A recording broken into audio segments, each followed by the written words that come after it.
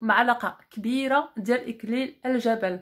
وصفه غزاله البنات، راه ما تحتاج لا تغسل لا والو، والرائحه هائله.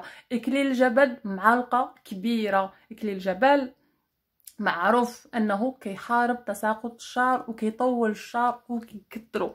هنا غادي ندير معلقه كبيره ديال سانوج اولا الحبه السوداء، كلها شنو يسميها، معلقه كبيره حتى هي، معلقه ديال اكليل الجبل ومعلقه ديال السانوج اولا الحبه السوداء. المكون الثالث هنا عندي اللي هو المسمار اولا القرنفل، كل على حسب شنو يسميه. هنا عندي تا هو معلقه.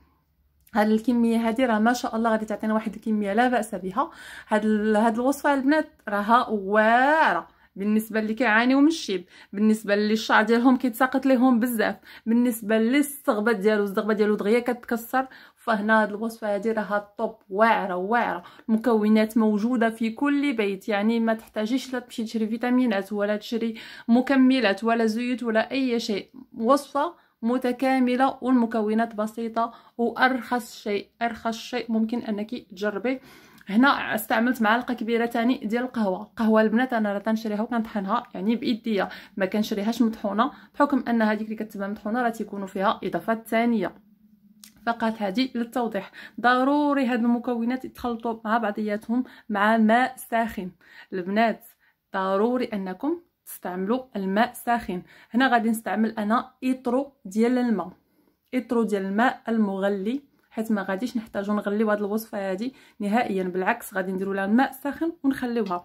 بالنسبه لهاد الوصفه هذه ممكن نديروها للوليدات ديالنا، يعني الوليدات اللي الشعر ديالهم الزغبه ديالو خفيفه بزاف، الوليدات اولا البنيات الصغيورين اللي الشعر ديالهم ما كيطولش ليهم بزاف والزغبه عندهم خفيفه، ممكن نستعملوها الوليدات. الرجاله البنات اللي بداهم الشيب المبكر حتى هي صالحه ليهم، غزاله بزاف. مازال غادي نضيف مكون ثاني لان هاد المكونات مازال غنضيف ثاني زيت اللي غادي يرطب لنا الشعر.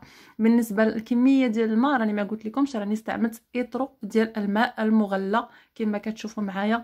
غادي تطلق ليا هاد المكونات، غنخليها ضروري انني نغطيها مزيان باش هذيك الزيوت الطياره والفيتامينات والزيوت الطبيعيه ديال هذوك المكونات اللي حطينا ما يطيروش لينا وما يضيعوش، نستافدوا منهم اكثر واكثر. غنخلي هاد الوصفه هذه انها تطلق حتى ممكن اننا نوجدوها بالليل ونستعملوها تاني يوم في الصباح، تكون هكا طلقت لينا مزيان بردات، وممكن اننا نوجدوها تاني في الصباح ونستعملوها في المساء هكا تكون بردت لينا وطلقت لينا كاع المكونات والزيوت والفيتامينات اللي غادي نحتاجو منها. بالنسبه لهاد الوصفه هذه فراها الرائحه ديالها غزاله البنات، الرائحه ديالها معطر، يعني ملي غترشيها في الشعر ديالك ما غاديش تحسي كانك دايره شي وصفه ولا شي حاجه، بالعكس غتكون بحال اللي دايره شي معطر للشعر ديالك، بحال الريحه ديال الخزامه. بزاف ديال السيدات كيقولوا لي كيفاش دايره الريحه، فهي كتكون بحال الريحه ديال الخزامه. كنعرفوا ان اكليل الجبل اولا الروزماري فيه رائحه غزاله بزاف، شبيهه جدا برائحه ديال الخزامه. بالنسبه للكميه كما شفتوا راه كميه لا باس بها. راني ضفت ايطرو ديال الماء ساخن، ايطرو ديال الماء مغلي على هذوك المكونات اللي غادي تدوز لنا واحد المده لا باس بها. بالنسبه للطريقه ديال التخزين فممكن ان نديروها في الثلاجه لان الجو ساخن.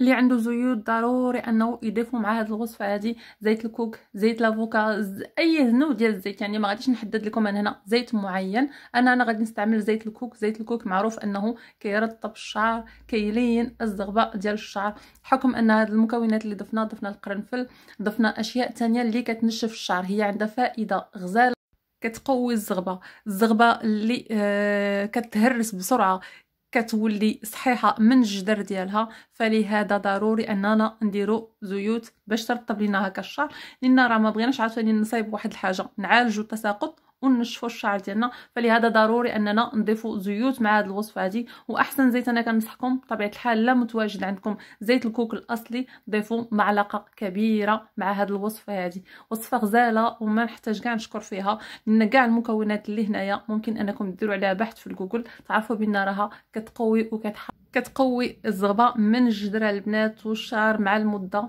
ما كيبقاش يتساقط. هاد الوصفه هذه كنحتاجوا اننا نديروها نرشوها في الشعر ديالنا حتى 3 المرات 4 المرات في النهار، لا اذى لا ضرر. المكونات كلها اللي هنايا طبيعيه 100%، وفهي غزاله كتخلي رائحه زوينه في الشعر، معطر للشعر، كيحارب التساقط.